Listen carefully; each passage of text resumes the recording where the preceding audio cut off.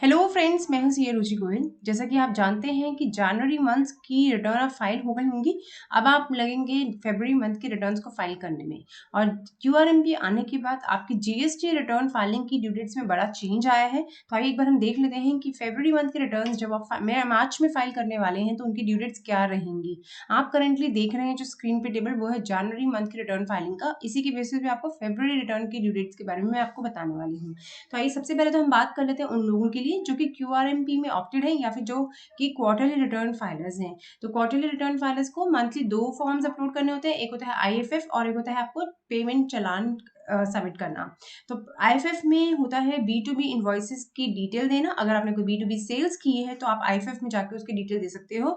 IFF की due date रहती है 13 तक। तो 13 तक वो फॉर्म अवेलेबल होता है, आप जाके अपनी सेल का डिटेल दे सकते हो आईएफएफ में। नेक्स्ट होता है पेमेंट ऑफ चालान, क्योंकि आप जानते ही हैं कि आईएफएफ के थ्रू इनवॉइस अपलोड करने के बाद आपके दो ऑप्शन रहते हैं कि या तो आप अपने एक्चुअल बेसिस में कंप्यूट करके टैक्स पे कर दो, या फिर आपने जो प्रीवियस क्वार्टर के लास्ट मंथ में टैक्स पे किया था वो उसको पे कर दो। मतलब अगर आपने दिसंबर में जितना टैक्स पे किया था उसका 100% आप जनवरी में आप पे कर सकते थे। ऐसे ही आपके फरवरी में भी वही होगा कि जो पूरा दिसंबर में पे किया उसका 100% आप फरवरी के टैक्स चालान से पे कर दो। इसमें आप on the basis of previous quarter payment आप यूज कर सकते हो। तो दो ऑप्शन है आपके पास, या तो आप एक्चुअल सेल्स कंप्यूट कर लो या फिर जो प्रीवियस क्वार्टर में पे किया था आपने उतना एग्जैक्टली टैक्स पे कर दो। नाउ ये तो होगी क्वार्टरली रिटर्न फाइलर्स के लिए। तो अब मैंने बता दिया आपको आईएफएफ की ड्यू डेट है 13th। और जब आप जो टैक्स पेमेंट की बात करते हो तो उसमें आप पे करना चाहते हो तो आप 25th तक पे कर सकते हो। अगर आप 25th तक पे करते हो तो आपके ऊपर कोई इंटरेस्ट लेट फी नहीं लगती है। अगर आप शॉर्ट लायबिलिटी सबमिट करते हो या ज्यादा करते हो या जो भी रहता है तो आप 25th तक कर सकते हो। 25th पे करने के बाद आपको कोई भी शॉर्ट लायबिलिटी नहीं, इंटरेस्ट नहीं रहता है शॉर्ट लायबिलिटी पे। तो ये आपके पास फाइलर्स के लिए था। अब हम बात कर लेते हैं मंथली रिटर्न फाइलर्स के लिए। तो जो मंथली रिटर्न फाइलर्स हैं या फिर हम कह सकते हैं जिन्होंने क्यूआरएमपी में अपने आप को ऑप्ट नहीं किया है, उनको जीएसटीआर 1 और जीएसटीआर 3B दोनों मंथली फाइल करनी होगी। तो अगर आप जीएसटीआर 1 की बात करते हैं जनवरी फरवरी मंथ की, तो उसकी ड्यू डेट रहेगी 11th। जी हाँ, प्लीज नोटिस कि आपकी ड्यू डेट है वो 11th है। जीएसटीआर 1 की डेट है 11th है। तो आपको अगर 11th तक जीएसटीआर 1 की ड्यू डेट है आपकी, आपको 11th तक जीएसटीआर 1 फाइल करनी पड़ेगी। 11th मार्च की हम बात कर रहे हैं।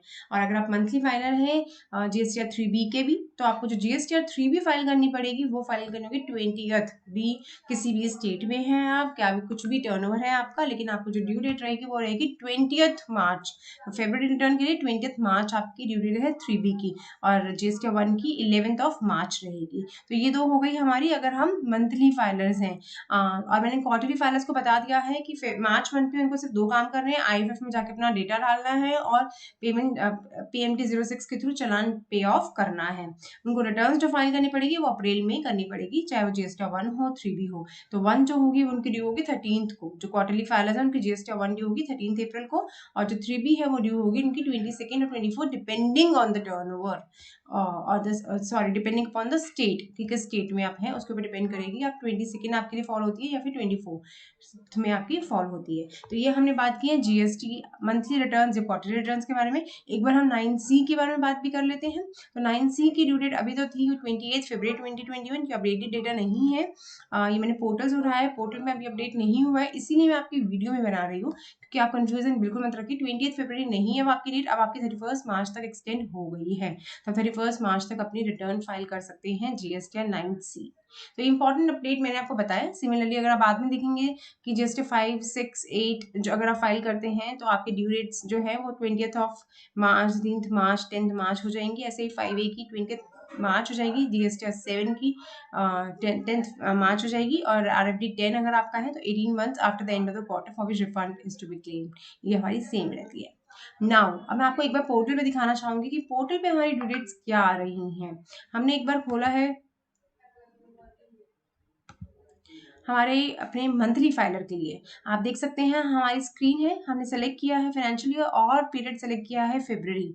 इतना बड़ा ब्लेंडर है जो मैं आपको दिखाना चाह रही हूँ कि मैंने फरवरी मंथ की मैं जीएसटीआर 1 की ड्यू डेट देखूँ तो 30th अप्रैल, मतलब फरवरी मंथ की 13th अप्रैल दिखा रही है। कई बार ऐसा होता है कि हम पोर्टल खोलते हैं सिर्फ ये देखने के लिए रिटर्न की ड्यू डेट क्या है ताकि हम टाइम रिटर्न भर दें, और हम रिटर्न की ड्यू डेट से कंफ्यूज हो सकते हैं। इन्होंने दिखाया 13th अप्रैल, बट आप जैसे जानते हैं मंथली फाइलर है, फरवरी की ड्यू डेट आएगी मार्च, अप्रैल तो हो ही नहीं सकती।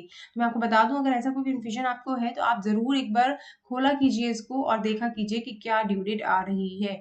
आप देख सकते हैं इसमें आपकी जो ड्यू डेट 11 मार्च जो कि सही ड्यू डेट है। तो प्लीज़ आप बिल्कुल कन्फ्यूज़ मत होइए और मिसलीड भी मत होइए। जो डिपार्टमेंट के पोर्टल पे डेटा आ रहा है उसके बेसिस पे आपकी जो डेट्स मैंने आपको बताई हैं कि अगर आप मंथली फाइलर हैं तो 11th ऑफ द मार्च आपकी ड्यू डेट है जीएसटी 1 की, और आपकी जो ड्यू डेट है जीएसटी 3B की वो है 20th मार्च। तो बड़ी 2 क्लियर डेट्स हैं 11th एंड 20th, आपको ध्यान रखनी है। और आप अगर क्वार्टरली फाइलर हैं तो आपको क्यूआरएमपी में आयरन आईएफएफ आप भर सकते हैं 13 तक, और आप टैक्स पे कर सकते हैं 25 तक। तो ये ड्यू डेट्स आपको बड़ी ध्यान रखनी है। हो सकता है कि अब मैं आपको क्वार्टरली वाला फाइलर्स को खोल के दिखाऊं तो उसमें आईएफएफ की डेट भी गलत आ रही हो, तो बड़ी नॉर्मल सी बात है। गलतियां यहाँ होती ही रहती हैं, ड्यू डेट्स कभी भी सही से अपडेटेड नहीं होती है। बट मैं आपको ये कहूँगी आप मिसलीड बिल्कुल मत होना और करेक्ट डेट्स पे फाइल कर देना, टाइमली फाइल कर देना, क्योंकि अगर आप नहीं फाइल करते हैं तो आपको लेट फीस जुड़ने लग जाती है।